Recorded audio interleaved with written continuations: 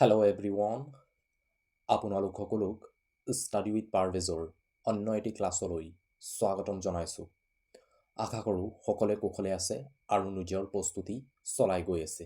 যিহেতু পৰীক্ষা আহি পাইছে, বন্ধুসকল, আমি আছাম পুলিচ ABUBৰ যি লিখিত পৰীক্ষা হ'বলগীয়া আছে তাৰ প্ৰস্তুতিৰ বাবে এটা ইম্পৰ্টেণ্ট MCQ প্ৰেক্টিছ ছেটৰ ছিৰিজৰ আৰম্ভণি কৰিছিলোঁ। তাৰ আজি 11 নম্বৰ ক্লাছ হয়। ইয়াৰ আগৰ 10টা ক্লাছ যদি তোমালোকে নাই চোৱা, Assam police ABUB practice set বুলি এটা প্লে'লিষ্ট বনোৱা আছে। তাত সকলো ক্লাছসমূহ আছে। যদি তোমালোকে এই ক্লাছখিনি নাই চোৱা, সকলোক ৰিকুৱেষ্ট কৰিছোঁ এবাৰ ক্লাছখিনি চোৱাৰ বাবে। আজিৰ ক্লাছত আমি 25টা MCQ আলোচনা কৰিম আৰু এই 25টা MCQত কোনে কিমান স্ক'ৰ কৰিছে মোক কমেণ্ট কৰি জনাবা।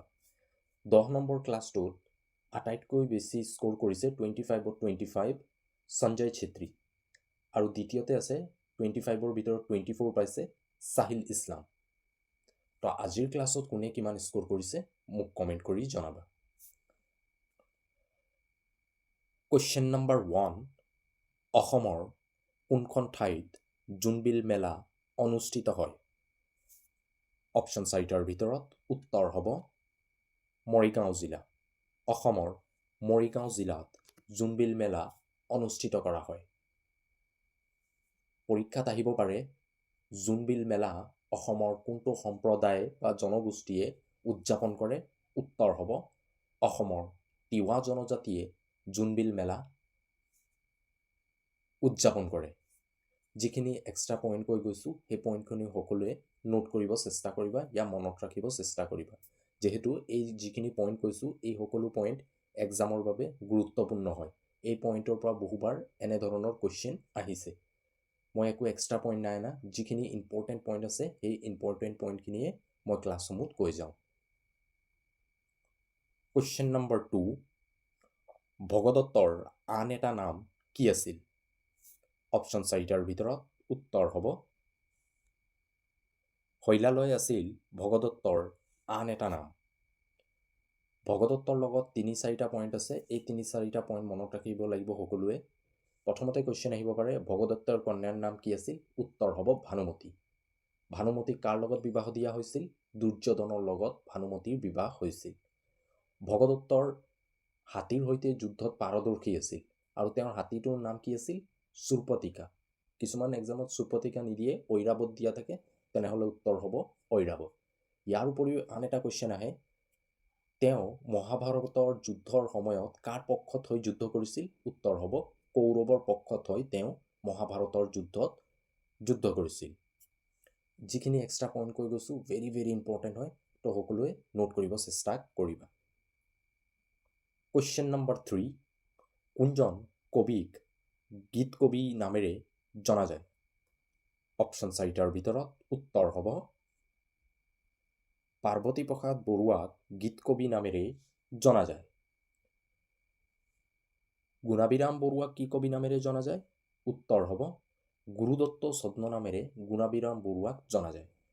নলিনী বালা দেৱী ভেৰি ভেৰি ইম্পৰ্টেণ্ট হয়, বহুবাৰ এক্সামত এই কুৱেশ্যন আহিছে। নলিনী বালা দেৱীক কি ছদ্ম নামেৰে আমি জানো? উত্তৰ হ'ব অতীন্দ্ৰবাদী কবি নামেৰে নলিনী বালা দেৱীক আমি জানো। যতীন্দ্ৰনাথ দুৱাৰাক আমি কি নামেৰে জানো? বনফুল কবি নামেৰে আমি যতীন্দ্ৰনাথ দুৱাৰাক জানো। বনফুল কবি নামেৰে আমি যতীন্দ্ৰনাথ দুৱাৰাক জানো। এটা কুৱেশ্যনৰ পৰা আমি 4টা কুৱেশ্যনৰ আনচাৰ জানিব পাৰিছোঁ। বাকীখিনি যিখিনি পইণ্ট কৈ গৈছোঁ নোট কৰি যাবা। কুৱেশ্যন নম্বৰ 4, ভাৰতৰ উচ্চতম ন্যায়ালয়ৰ প্ৰথম মুখ্য ন্যায়াধীশ কোন আছিল? অপশ্যন 4টাৰ ভিতৰত উত্তৰ হ'ব H.J. কানিয়া আছিল ভাৰতৰ উচ্চতম ন্যায়ালয়ৰ প্ৰথম মুখ্য ন্যায়াধীশ। H.J. কানিয়া। যদি পৰীক্ষাত কুৱেশ্যন আহে বৰ্তমান ভাৰতৰ উচ্চতম ন্যায়ালয়ৰ মুখ্য ন্যায়াধীশ কোন হয়? উত্তৰ হ'ব সঞ্জীৱ খান্না। সঞ্জীৱ খান্না বৰ্তমান ভাৰতৰ উচ্চতম ন্যায়ালয়ৰ মুখ্য ন্যায়াধীশ হয়। কুৱেশ্যনটো কাৰেণ্ট এফেয়াৰৰ ফালৰ পৰা ইম্পৰ্টেণ্ট হয়, মনত ৰাখিবা। কুৱেশ্যন নম্বৰ 5, ইণ্ডিকা নামৰ গ্ৰন্থখনৰ ৰচনা কোনে কৰিছিল? অপশ্যন চাৰিটাৰ ভিতৰত উত্তৰ হ'ব মেগাস্থেনিছ। মেগাস্থেনিছে ইণ্ডিকা নামৰ গ্ৰন্থখনৰ ৰচনা কৰিছিল। কুৱেশ্যন নম্বৰ 6, অসমীয়া আলোচনী প্ৰান্তিকৰ প্ৰথম সম্পাদক কোন আছিল? অপশ্যন চাৰিটাৰ ভিতৰত উত্তৰ হ'ব ভৱেন্দ্ৰনাথ শইকীয়া আছিল প্ৰান্তিক নামৰ আলোচনীখনৰ প্ৰথম সম্পাদক। পৰীক্ষাত আন দুখন আলোচনীৰ কথা বহুবাৰ এক্সামত আহিছে কুৱেশ্যন। এখন হ'ব বাঁহী। বাঁহী আলোচনীখনৰ সম্পাদক কোন আছিল? উত্তৰ হ'ব লক্ষ্মীনাথ বেজবৰুৱা আছিল বাঁহী নামৰ আলোচনীখনৰ সম্পাদক। গুণাভিৰাম বৰুৱা আছিল ল'ৰাবন্ধু নামৰ আলোচনীখনৰ সম্পাদক, যিখন আলোচনী আছিল প্ৰথম অসমীয়া শিশু আলোচনী। পদ্মনাথ বৰুৱাই দুখন আলোচনীৰ সম্পাদক আছিল, এখন হ'ব বিজুলী, আনখন হ'ব উষা। বিজুলী আৰু উষা নামৰ আলোচনীখনৰ সম্পাদক আছিল পদ্মনাথ বৰুৱা। কুৱেশ্যন নম্বৰ 7, শালস্তম্ভ বংশৰ শেষৰ ৰজাজনৰ নাম কি আছিল? অপশ্যন চাৰিটাৰ ভিতৰত উত্তৰ হ'ব ত্যাগসিংহ আছিল শালস্তম্ভ বংশৰ একেবাৰে শেষৰ ৰজা।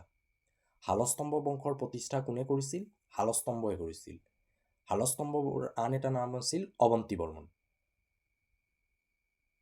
Next question, question number 8, Bhupen Hazarika পৰিচালন কৰা প্ৰথমখন ছবিৰ নাম কি হয়? অপশ্যন চাৰিটাৰ ভিতৰত উত্তৰ হ'ব এৰাবাটৰ সুৰ। এৰাবাটৰ সুৰ ছবিখন আছিল ভূপেন হাজৰিকাই পৰিচালন কৰা প্ৰথমখন ছবি। যদি পৰীক্ষাত কুৱেশ্যন আহে ভূপেন হাজৰিকাই কোনখন ছবিত প্ৰথম সংগীত পৰিচালক হিচাপে প্ৰকাশ পাইছিল? উত্তৰ হ'ব পিয়লি ফুকন ছবিখনত তেওঁ প্ৰথম সংগীত পৰিচালক হিচাপে প্ৰকাশ পাইছিল। সংগীত পৰিচালক হিচাপে পিয়লি ফুকন। আৰু যদি কুৱেশ্যন আহে তেওঁ পৰিচালক হিচাপে কোনখন ছবিৰ প্ৰথম পৰিচালনা কৰিছিল? উত্তৰ হ'ব এৰাবাটৰ সুৰ। নেক্সট কুৱেশ্যন, কুৱেশ্যন নম্বৰ 9, কোনে অৰ্থশাস্ত্ৰৰ ৰচনা কৰিছিল? অপশ্যন চাৰিটাৰ ভিতৰত উত্তৰ হ'ব কৌটিল্যই অৰ্থশাস্ত্ৰৰ ৰচনা কৰিছিল। কৌটিল্যৰ আন এটা নাম হ'ল চাণক্য নাইবা বিষ্ণুগুপ্ত। কৌটিল্য কাৰ ৰাজসভাৰ কবি আছিল? উত্তৰ হ'ব চন্দ্ৰগুপ্ত মৌৰ্যৰ ৰাজসভাৰ কবি আছিল Kautilya. Next question, question number 10, লোকসভাত আটাইতকৈ বেছি আসন থকা ৰাজ্যখনৰ নাম কি হয়? অপশ্যন চাৰিটাৰ ভিতৰত উত্তৰ হ'ব উত্তৰ প্ৰদেশ। উত্তৰ প্ৰদেশ লোকসভাত আটাইতকৈ বেছি আসন থকা ৰাজ্যখনৰ নাম হ'ল উত্তৰ প্ৰদেশ। লোকসভাত উত্তৰ প্ৰদেশৰ আসনৰ সংখ্যা কিমান হয় যদি পৰীক্ষাত কুৱেশ্যন আহে? উত্তৰ হ'ব 80খন। উত্তৰ প্ৰদেশত লোকসভাৰ আসনৰ সংখ্যা হ'ল 80খন। যদি অসমত কুৱেশ্যন আহে অসমত লোকসভাৰ আসনৰ সংখ্যা কিমান হয়? উত্তৰ হ'ব অসমত লোকসভাৰ আসনৰ সংখ্যা 14খন। যদি পৰীক্ষাত কুৱেশ্যন আহে উত্তৰ প্ৰদেশত ৰাজ্যসভাৰ আসনৰ সংখ্যা কিমান? উত্তৰ হ'ব ৰাজ্যসভাৰ আসনৰ সংখ্যা 31খন উত্তৰ প্ৰদেশত। অসমত ৰাজ্যসভাৰ আসনৰ সংখ্যা কিমান? 7খন। এক্সট্ৰা পইণ্টখিনি মনত ৰাখিবা, ইম্পৰ্টেণ্ট হয়। কুৱেশ্যন নম্বৰ 11, কোনটো বংশৰ শাসনকালত কামৰূপত মদন কামদেৱ মন্দিৰৰ নিৰ্মাণ কৰা হৈছিল? অপশ্যন চাৰিটাৰ ভিতৰত উত্তৰ হ'ব পাল বংশৰ শাসনকালত কামৰূপত মদন কামদেৱ মন্দিৰৰ নিৰ্মাণ কৰা হৈছিল। পাল বংশৰ প্ৰতিষ্ঠা কোনে কৰিছিল? ব্ৰহ্মপালে পাল বংশৰ প্ৰতিষ্ঠা কৰিছিল। পাল বংশৰ শেষৰ ৰজা কোন আছিল? পাল বংশৰ শেষৰ ৰজা আছিল জয়পাল। যদি ক্লাছটো চাই ভাল পোৱা ক্লাছটো লাইক কৰিবা, শ্বেয়াৰ কৰিবা, আৰু যিসকলে আমাৰ চেনেলটোক ছাবস্ক্ৰাইব কৰা নাই সকলোক ৰিকুৱেষ্ট কৰিছোঁ চেনেলটো ছাবস্ক্ৰাইব কৰি থোৱাৰ বাবে। কুৱেশ্যন নম্বৰ 12, কোনটো স্থানৰ পৰা মানস নদী ব্ৰহ্মপুত্ৰ নদীৰ সৈতে মিলিত হৈছে? অপশ্যন চাৰিটাৰ ভিতৰত উত্তৰ হ'ব যোগীঘোপা। যোগীঘোপাৰ পৰা মানস নৈ ব্ৰহ্মপুত্ৰ নৈৰ সৈতে মিলিত হৈছে। ব্ৰহ্মপুত্ৰ নৈৰ আটাইতকৈ ডাঙৰ উপনৈখনৰ নাম কি? সোৱণশিৰি নৈ। পৰীক্ষাত আহিব পাৰে ব্ৰহ্মপুত্ৰৰ আটাইতকৈ ডাঙৰ উপনৈ সোৱণশিৰি নৈ ব্ৰহ্মপুত্ৰৰ লগত কোন স্থানত মিলিত হৈছে? উত্তৰ হ'ব জামুগুৰিহাটত। জামুগুৰিহাটৰ পৰা সোৱণশিৰি নৈ ব্ৰহ্মপুত্ৰ নৈৰ সৈতে মিলিত হৈছে। Next question number 13। ভাৰতৰ কোনখন ৰাজ্যত জনসংখ্যাৰ হাৰ সৰ্বনিম্ন হয়? অপশ্যন 4টাৰ ভিতৰত উত্তৰ হ'ব ছিকিম। ছিকিমত আটাইতকৈ কম জনসংখ্যা, ভাৰতৰ ভিতৰত আটাইতকৈ কম জনসংখ্যা ছিকিমত। আৰু আটাইতকৈ বেছি কোনখন ৰাজ্যত জনসংখ্যা? উত্তৰ প্ৰদেশ। উত্তৰ প্ৰদেশৰ জনসংখ্যা সৰ্বাধিক আৰু সৰ্বনিম্ন ছিকিমৰ। Next question number 14। অৰুণোদয় আলোচনীখন ক'ৰ পৰা প্ৰকাশিত হৈছিল? ইম্পৰ্টেণ্ট কুৱেশ্যন হয়। অসমৰ প্ৰথমটো আলোচনী।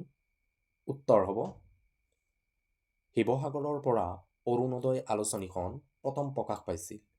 অৰুণোদয় আলোচনীখন 1846 চনত প্ৰকাশ পাইছিল। অৰুণোদয় আলোচনীখনৰ প্ৰথম সম্পাদক আছিল Nathan brown. Next question number 15। কোনজন আহোম স্বৰ্গদেউৰ ৰাজত্বকালত প্ৰথম আহোম আৰু কমতা ৰাজ্যৰ মাজত যুদ্ধ হৈছিল?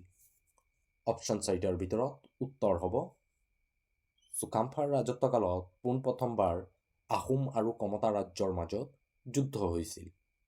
পৰীক্ষাত আৰু এটা কুৱেশ্যন আহে, কোনজন আহোম স্বৰ্গদেউৰ ৰাজত্বকালত প্ৰথমবাৰ আহোম আৰু কোচৰ মাজত যুদ্ধ হৈছিল? উত্তৰ হ'ব চুক্লেংমুঙৰ ৰাজত্বকালত প্ৰথমবাৰৰ বাবে আহোম আৰু কোচৰ মাজত যুদ্ধ হৈছিল। Next question number 16। কোন চনত চৌৰি চৌৰাৰ ঘটনা সংঘটিত হৈছিল?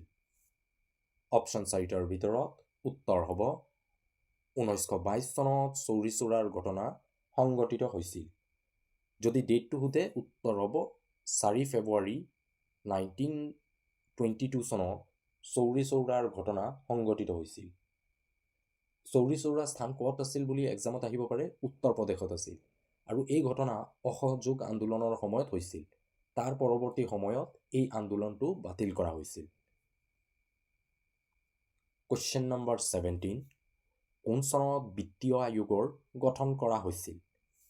ইম্পৰ্টেণ্ট কুৱেশ্যন হয়। উত্তৰ হ'ব 1950 চনত বিত্তীয় আয়োগৰ গঠন কৰা হৈছিল। পৰীক্ষাত আহিব পাৰে ভাৰতৰ সংবিধানৰ কোনটো অনুচ্ছেদত বিত্তীয় আয়োগৰ বিষয়ে বৰ্ণনা কৰা হৈছে? উত্তৰ হ'ব আৰ্টিকেল 280ত বিত্তীয় আয়োগৰ বিষয়ে বৰ্ণনা কৰা হৈছে। আৰ্টিকেল 280ত ফাইনেন্স কমিশ্যনৰ বিষয়ে বৰ্ণনা কৰা হৈছে। Next question number 18। কোন চনত অসম চিকিৎসা মহাবিদ্যালয়ৰ স্থাপন কৰা হৈছিল? অপশ্যন 4টাৰ ভিতৰত উত্তৰ হ'ব 1947 চনত অসম চিকিৎসা মহাবিদ্যালয়ৰ স্থাপন কৰা হৈছিল। পূৰ্বতে অসম চিকিৎসা মহাবিদ্যালয়ৰ কি নাম আছিল? এক্সামত আহিব পাৰে। উত্তৰ হ'ব হোৱাইটবেৰী মেডিকেল কলেজ নামেৰে পূৰ্বতে জনা গৈছিল।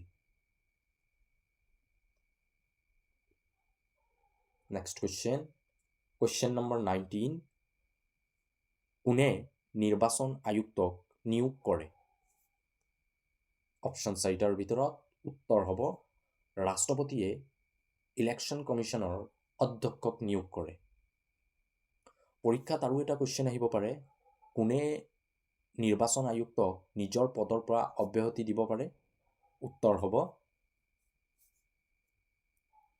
ভাৰতৰ উচ্চতম ন্যায়ালয়ে নিৰ্বাচন আয়োগৰ মুখ্য আয়ুক্তক তেওঁৰ কাৰ্যকাল শেষ হোৱাৰ আগত তেওঁক নিজৰ পদৰ পৰা অব্যাহতি দিব পাৰে। তেওঁক নিৰ্বাচন ৰাষ্ট্ৰপতিয়ে কৰিব পাৰে, কিন্তু তেওঁক পদৰ পৰা বৰখাস্ত কৰিব নোৱাৰে। বৰখাস্ত কৰাৰ অধিকাৰ কেৱল ভাৰতৰ উচ্চতম ন্যায়ালয়ৰ হাতত আছে। Question number 20।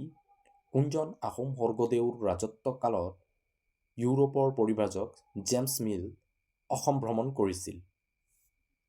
অপশ্যন 4টাৰ ভিতৰত উত্তৰ হ'ব স্বৰ্গদেউ শিৱসিংহৰ ৰাজত্বকালত ইউৰোপৰ পৰিব্ৰাজক জেমছ মিলছ অসম ভ্ৰমণ কৰিছিল। Next question number 21। কোন চনত নীতি আয়োগৰ গঠন কৰা হৈছিল? ইম্পৰ্টেণ্ট কুৱেশ্যন হয়। উত্তৰ হ'ব 2015 চনত নীতি আয়োগৰ গঠন কৰা হৈছিল। ইয়াৰ আগত নীতি আয়োগৰ ঠাইত পৰিকল্পনা আয়োগ আছিল। পৰিকল্পনা আয়োগৰ গঠন 1950 চনত কৰা হৈছিল। 1950 চনৰ পৰা পৰিকল্পনা আয়োগ 2014লৈ আছিল। পৰিকল্পনা আয়োগৰ গঠন কোনে কৰিছিল? ভাৰতৰ প্ৰধানমন্ত্ৰী জৱাহৰলাল নেহৰুৱে পৰিকল্পনা আয়োগৰ গঠন কৰিছিল। আৰু এই পৰিকল্পনা আয়োগকে ভাঙি নীতি আয়োগৰ গঠন কৰা হৈছে 2015 চনত। নীতি আয়োগৰ অধ্যক্ষ কোন হয়? উত্তৰ হ'ব ভাৰতৰ প্ৰধানমন্ত্ৰী নীতি আয়োগৰ অধ্যক্ষ হয়। বন্ধুসকল, যদি তোমালোকে Assam history, Assam geography, Assam art and culture, Assam literature, Indian polity and constitution related ক্লাছখিনি নাই চোৱা, সকলোক ৰিকুৱেষ্ট কৰিছোঁ, আমাৰ এই ক্লাছখিনি আমি এটা প্লে'লিষ্ট বনোৱা আছে। সকলো ক্লাছসমূহকৈ পৃথক পৃথককৈ এটা প্লে'লিষ্ট বনোৱা আছে। যিসকলে আমাৰ এই ক্লাছখিনি নাই চোৱা, সকলোক ৰিকুৱেষ্ট কৰিছোঁ এবাৰ এই ক্লাছখিনি চোৱাৰ বাবে, য'ত আমি MCQ লগতে কনচেপ্টসমূহ আলোচনা কৰিছোঁ। যিসমূহ MCQ আলোচনা কৰিছোঁ, এই MCQসমূহ অসমৰ প্ৰতিটো প্ৰতিযোগিতামূলক পৰীক্ষাৰ বাবে খুবেই দৰকাৰী হয়। যদি আপোনালোকে এই ক্লাছখিনি নাই চোৱা, সকলোক ৰিকুৱেষ্ট কৰিছোঁ এবাৰ ক্লাছখিনি চোৱাৰ বাবে। Next question number 22। কোন বছৰৰ পৰা অসম দিৱস উদযাপন কৰা হয়? অপশ্যন 4টাৰ ভিতৰত উত্তৰ হ'ব 1996 চনৰ পৰা অসম দিৱস উদযাপন কৰা হয়। অসম দিৱস নাইবা চুকাফা দিৱস। Next question number 23। কোন চনত চিপাহী বিদ্ৰোহ সংগঠিত হৈছিল? অপশ্যন 4টাৰ ভিতৰত উত্তৰ হ'ব 1857 চনৰ পৰা চিপাহী বিদ্ৰোহ সংগঠিত হৈছিল। পৰীক্ষাত আৰু এটা কুৱেশ্যন আহে, চিপাহী বিদ্ৰোহ প্ৰথম কোন স্থানত হৈছিল? উত্তৰ হ'ব মিৰাটৰ পৰা চিপাহী বিদ্ৰোহৰ আৰম্ভণি হৈছিল। Question number 24। অসম সাহিত্য সভাৰ দ্বিতীয়গৰাকী সভাপতি কোন আছিল? যিহেতু বহুবাৰ পৰীক্ষাত কুৱেশ্যন আহিছে অসম সাহিত্য সভাৰ প্ৰথম সভাপতি কোন আছিল বা প্ৰথম অধিৱেশন ক'ত হৈছিল, সেইটো সকলোৱে জানে। এক্সামত কুৱেশ্যন আহিব পাৰে অসম সাহিত্য সভাৰ দ্বিতীয় সভাপতি কোন আছিল? উত্তৰ হ'ব চন্দ্ৰধৰ বৰুৱা আছিল অসম সাহিত্য সভাৰ দ্বিতীয়গৰাকী সভাপতি। আৰু তেওঁ কোনখন অধিৱেশনৰ সভাপতিত্ব কৰিছিল? উত্তৰ হ'ব গোৱালপাৰা অধিৱেশনত তেওঁ সভাপতিত্ব কৰিছিল। আজিৰ শেষৰটো কুৱেশ্যন হ'ল কুৱেশ্যন নম্বৰ 25। সত্ৰীয়া নৃত্য কোন ৰাজ্যৰ লোকনৃত্য হয়? উত্তৰ হ'ব অসমৰ লোকনৃত্য হয় সত্ৰীয়া নৃত্য। আৰু এই সত্ৰীয়া নৃত্যক 2000 চনত দ্ৰৌপদী নৃত্যক অন্তৰ্ভুক্ত কৰা হৈছে। তো বন্ধুসকল, আজিৰ এই ক্লাছত যদি কিবা ডাউট থাকে আমাক কমেণ্ট কৰি জনাবা। লগতে কোনে কিমান স্ক'ৰ কৰিছে কমেণ্ট কৰি জনাবা। আৰু সকলোক ৰিকুৱেষ্ট কৰিছোঁ চেল্ফ ষ্টাডি কৰা।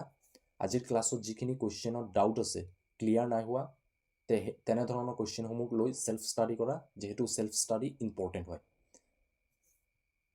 যদি ক্লাছটো চাই ভাল পোৱা, ক্লাছটো লাইক কৰিবা, নিজৰ বন্ধু বান্ধৱীসকলৰ মাজত শ্বেয়াৰ কৰি দিবা। আৰু যদি তোমালোকে আমাৰ চেনেলটোক ছাবস্ক্ৰাইব কৰা নাই, সকলোক ৰিকুৱেষ্ট কৰিছোঁ আমাৰ চেনেলটো ছাবস্ক্ৰাইব কৰি থোৱাৰ বাবে। আজিলৈ ইমানেই। পুনৰ লগ পাম আমি আমাৰ আন এটা প্ৰেক্টিছ ছেটলৈ। Thank U.